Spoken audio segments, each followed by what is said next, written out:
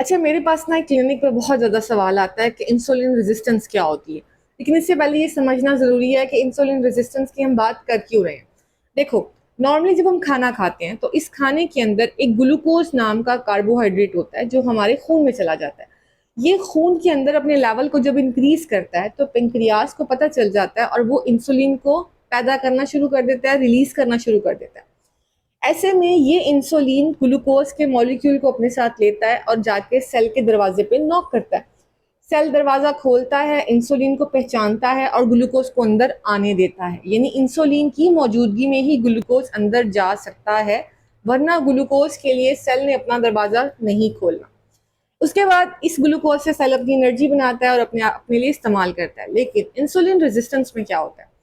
खाना खाया, ग्लूकोज का लेवल आपके ब्लड के अंदर बढ़ गया, पेंक्रियाज को मैसेज मिल गया, उसने इनको इंसुलिन बनाना शुरू कर दी, इंसुलिन ब्लड में आ गया। ग्लूकोज को साथ लिया, सेल के दरवाजे पे पहुंच गया, दरवाजा नॉक किया और जब दरवाजा नॉक किया तो सेल ने इंसुलिन को पहचानने से इनकार कर दिया। अब जाहिर है जब वो इंसुलिन को जानेगा ही नहीं तो ग्लूकोज को तो अंदर जाने नहीं देगा, जिससे उसकी एनर्जीज भी लैक करेंगी।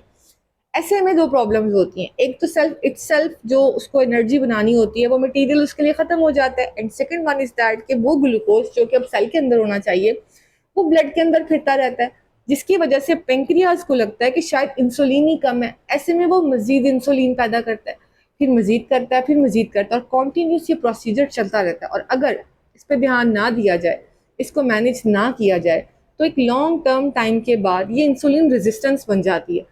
इंसुलिन रेजिस्टेंस की सबसे अच्छी चीज़ ये लगती है मुझे कि वो रिवर्सेबल है। यानी डायबिटीज़ टाइप 2 वाले इंसुलिन रेजिस्टेंस की डायबिटीज़ में आते हैं।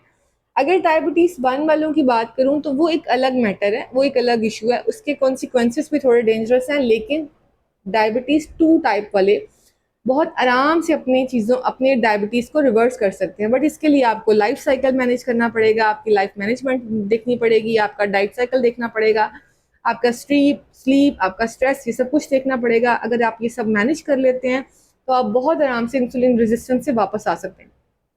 अगर इस सिलसिले में आप मेरी कोई भी कंसल्टेंसी चाहते हैं तो मैं ऑनलाइन कंसल्ट दे सकती हूँ। इसके लिए आपको मेरे क्लिनिक नंबर पर और क्लिनिक टाइमिंग पे कॉल करनी है और अपॉइंटमेंट लेनी है। जज़ाकल्लाह।